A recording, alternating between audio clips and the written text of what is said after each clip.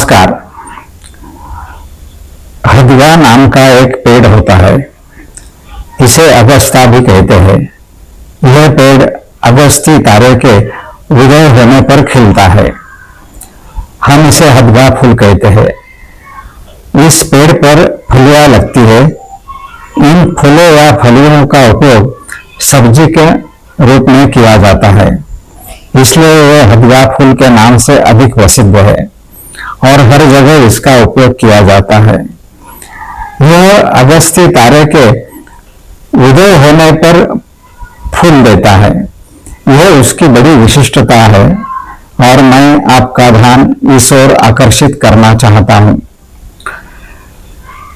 रतौनी का अर्थ है वे लोग जिन्हें रात में ठीक से दिखाई नहीं देता।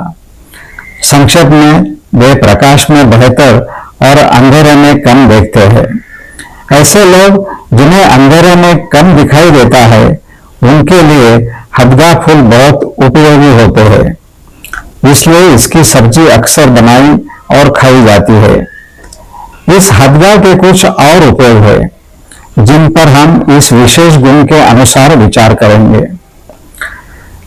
जिन लोगों को हमेशा प्रतिशा यानी नाक से कफ बहने की शिकायत रहती है और अगर उनकी आंख की रोशनी में कोई समस्या है, तो उनके लिए हदगा फूल की सब्जी बहुत उपयोगी हो सकती है।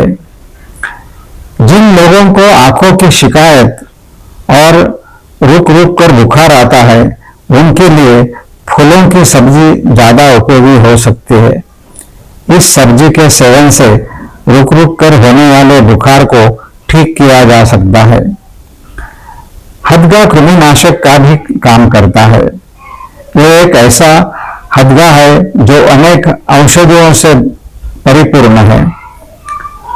अगर आंखों के विकारों की बात करें, तो आयुर्वेद में स्पष्ट रूप से बताया गया है कि कफ के बिना आंखों के विकार नहीं होते और इन फूलों की खासियत यह है कि ये प्रतिशा यानी सर्दी जुकाम पर भी असरदार होते हैं और अक्सर छोटे बच्चों के मामले में देखा गया है कि इन बच्चों की नजर कमजोर होती है और जिन्हें अक्सर सर्दी जुकाम हो जाता है, उनके लिए हदगा के फूल की सब्जी बहुत उपयोगी हो सकती है। और ये निश्चित है कि जहां ये दोनों चीजें एक साथ हो, वहां ये सभी के लिए उपयोगी होगी। भारत के प्राचीन इतिहास में अगस्त्य नाम के एक महान ऋषि हुए थे। वे और जिस अगस्ती तारा को कहा जाता है, दोनों एक दूसरे से संबंधित है। ऐसा कहा जाता है कि इस अगस्ती तारे के उदय होने के बाद पानी शुद्ध हो जाता है। ये वर्षा ऋतु के अंत में उदय होता है और चूंकि मौसम से पहले के 4 महीने प्रदूषित वातावरण या जल प्रदूषण के कारण होते हैं, इसलिए अगस्ती तारे के उदय होने के बाद पानी में जहर कम हो जाता है। पौराणिक कथाओं में से एक यह है कि देवताओं और राक्षसों के बीच युद्ध के दौरान राक्षस पानी में छिपे हुए थे। उस समय ऋषि अगस्त्य ने पूरे समुद्र को पी लिया और इस वजह से देवता राक्षसों को नष्ट करने में सक्षम हुए। इसके बाद ऋषि अगस्त्य ने फिर से समुद्र को छोड़ दिया। यदि ये रोग जल दोषों के कारण होते हैं, तो जिस पेड़ के नाम से अगस्त्य वृक्ष बनाया गया, उसका फूल निश्चित रूप से इन रोगों में लाभ पहुंचाता हो सकता है।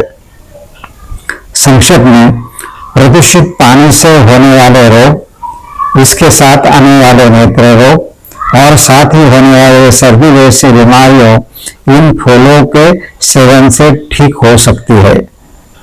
धन्यवाद।